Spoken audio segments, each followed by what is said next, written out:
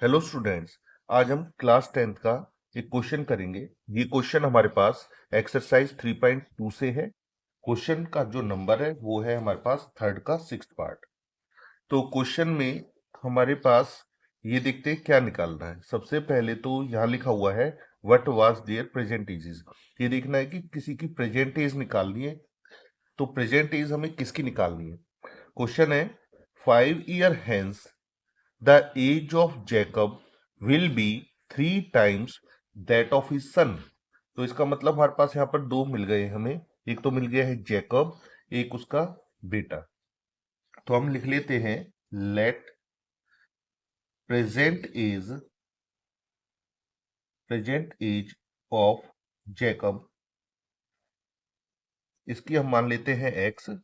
और जो ये प्रेजेंट एज है उसके बेटे की, सन की, ये हम किसके बराबर मान लेंगे, वाई के बराबर। अब क्वेश्चन क्या कहता है 5 year हेंस, 5 साल बाद। तो हम भी ये लिख लेते हैं 5 year हेंस, 5 साल बाद क्या हुआ था। जो एज थी जैकब की, एज ऑफ जैकब, देखो 5 साल बाद तो इसकी एज 5 साल बढ़ जाएगी।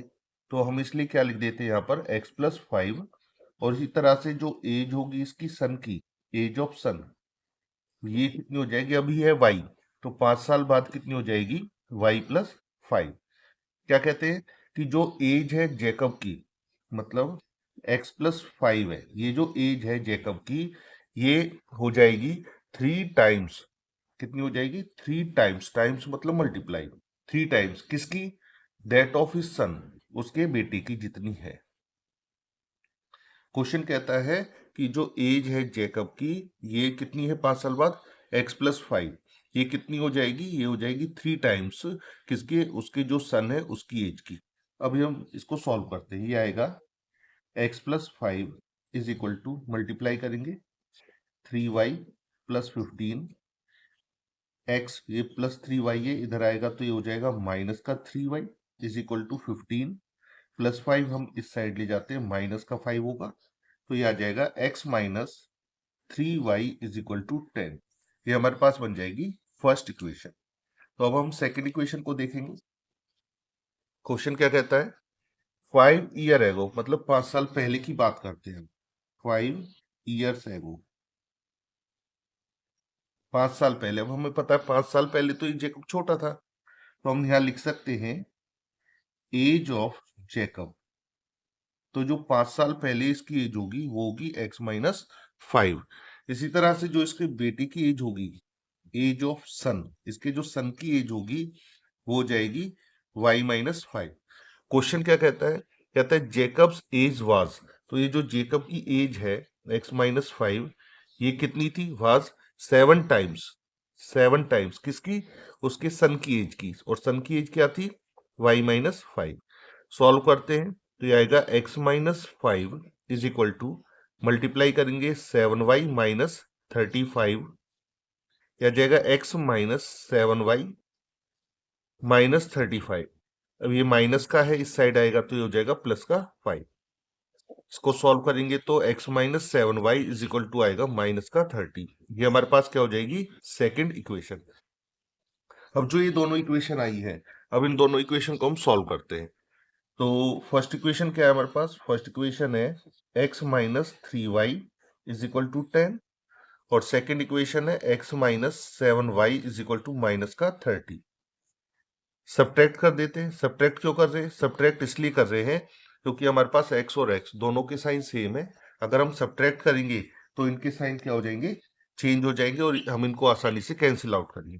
तो इसके साइन चेंज कर देते हैं, इसका तो नेगेटिव कर देते हैं, और 7 का पॉजिटिव और इसका भी पॉजिटिव। हमने क्या किया, साइन चेंज कर दिए। साइन चेंज करने के बाद देखो x से x कैंसिल हो गया, तो हमारे पास क्या बचता है, हमारे पास बचता है 4y इज इक्वल टू 10+30, ये हो जाएगा 40। और जो y है, y ये जो 4 है, 4 डिवाइड में आएगा 40 के, तो ये कितना बचेगा 10। अब हम ये जो y की वैल्यू है, हम इसे कहाँ पुट कर देते हैं, इक्वेशन 1 में। तो इक्वेशन 1 में हम इस y को पुट करेंगे तो ये बन जाएगा x-3y। y की वैल्यू हमारे पास क्या है 10 इज इक्वल टू में कितना लिखा हुआ फर्स्ट इक्वेशन में 10। अब इसको हम सॉल्व करेंगे तो ये आ जाएगा हमारे पास x minus 30 is equal to 10 और x इज इक्वल टू 10 माइनस 30, ये हो जाएगा प्लस 30 होकर कितना बन जाएगा 40। तो ये हमारे पास क्या आ गया, x और y हमने दोनों की वैल्यूज निकाल ली है। और हमें चाहिए भी क्या था, हमें प्रेजेंट एज चाहिए थी। तो हम लिख सकते हैं जो प्रेजेंट एज है, प्रेजेंट एज किसकी, जैकब की, ये तो x मानी थी हमने, और x की वैल्यू कितनी आ गई 40।